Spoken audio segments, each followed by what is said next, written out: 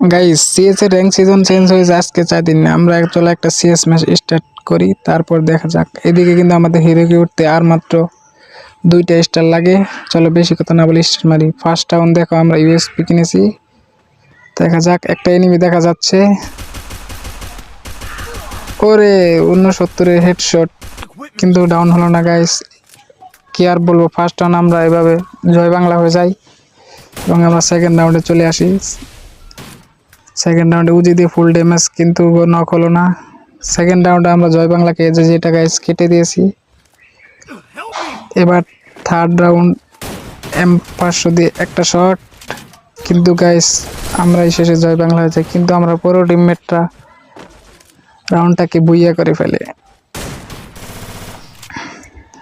চতুর্থ রাউন্ডে আমরা চলে এসেছি গাইস। চতুর্থ রাউন্ডে দেখা যাক, এদিকে একটা এনিমি ঘুরে আসছে, একটা শট, কিন্তু সে ওয়ালের কভারে চলে গেছে। চতুর্থ রাউন্ড আমাদের পুরো টিমমেটের কারণে বুইয়া পেয়ে যাই এবং পঞ্চম রাউন্ড চলে এসেছে। দেখা যাক, স্কার দিয়ে ফুল ড্যামেজ, কিন্তু সে ওয়ালের কভারে চলে গেছে। ওয়ালটা ভাঙে ভাই, ওয়ালটা ভাঙো না। দেখা যাক, এদিকে আমাকে ফুল ড্যামেজ, কিন্তু কোবরা MP40 দিয়ে আমাকে ছাতা দিয়ে মেরে ফেলে। দেখা যাক 1 vs 2, কিন্তু আমাদের প্রিয় টিমমেটকে এখানেই মেরে ফেলে।